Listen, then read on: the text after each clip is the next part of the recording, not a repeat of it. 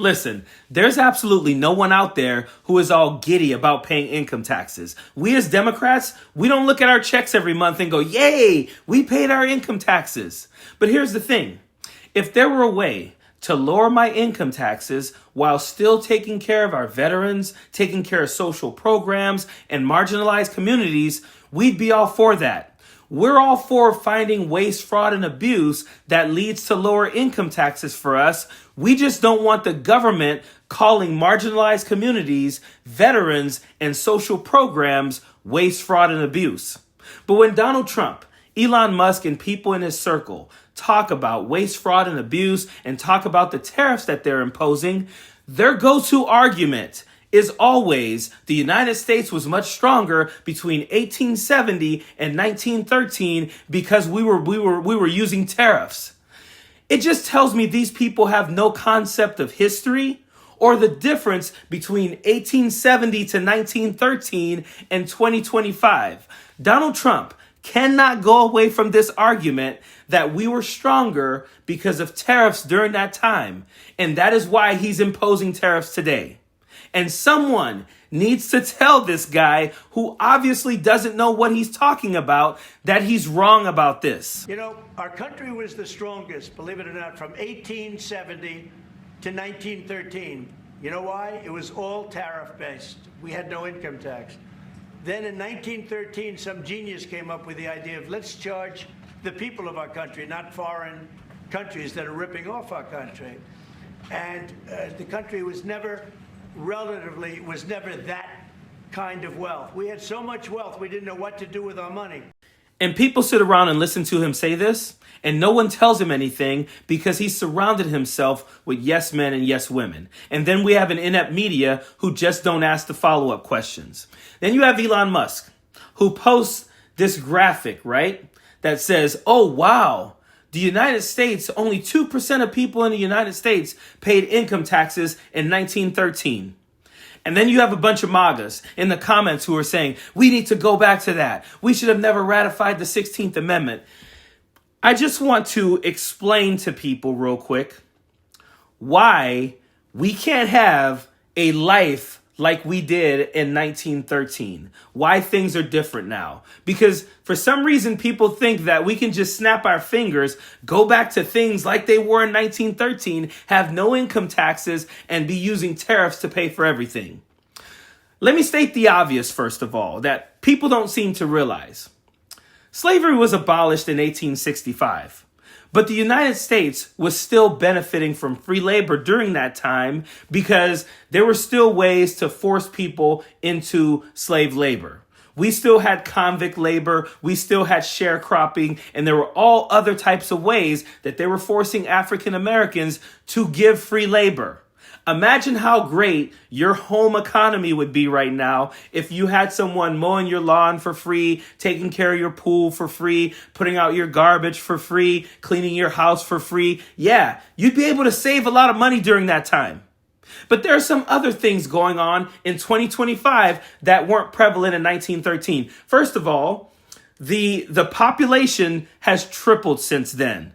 Because of that, we have a lot more transportation, right? We have a lot of cars on the roads. Those roads need to be maintained. So income taxes pay for that infrastructure. We have a lot more people now, right? We have mass transit that has to be maintained. We have, again, more people. So we have more waste, which means now we have waste management. These are things that weren't prevalent in the 1913s or in between 1870 and 1913. Education. Many people weren't educated back then. Many people weren't even allowed to go to school. Now we have everyone that's involved in the educational system. We need teachers. We need buildings. We need schools. We need all of those things to be paid for. That's where our income taxes go as well. How these people just think like, wow, why can't we just have things exactly how they were between 1870 and 1913? Don't understand how the population has changed, how mass transportation has changed, how waste management has changed. We have parks that we take care of. We have social programs now. We have Medicare. We have Medicaid. We have health care where we take care of people. I don't know about you guys, but some of us do believe in community. We don't mind paying a little to make sure that everyone has food, shelter, and health care. Those things weren't prevalent between 1870 and 1913.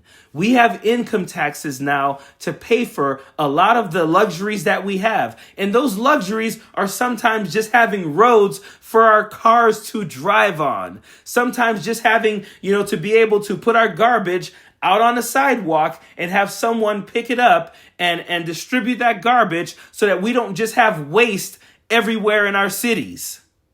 We have sidewalks now. We have red lights, green lights, and yellow lights for people to be able to drive. There are so many things. We have police. We have fire.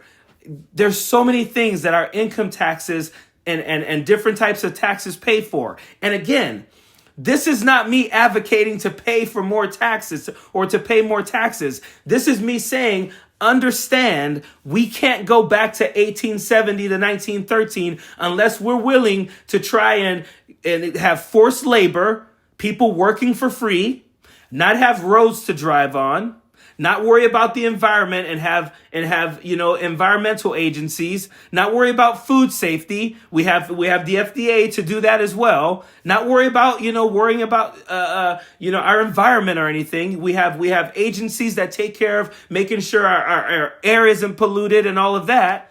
We'd have to go back to, not having any mass transit at all, not having any type of waste management, having less police, less fire, people not being educated. We went back to that. Yes, we can have an 1870 to 1913. But since we're not, we're going to have more than 2% of our population paying income taxes.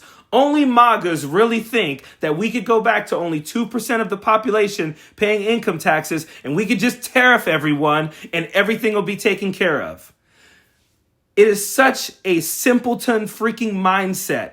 This is something you might get a 4-year-old or 5-year-old to try and say. But those of us who have a fully developed brain understand that there is no way 2025 could ever be 1870 to 1913. Someone please explain these things to Elon Musk and Donald Trump so they can stop making fools of themselves by saying, if only we could go back to 1913.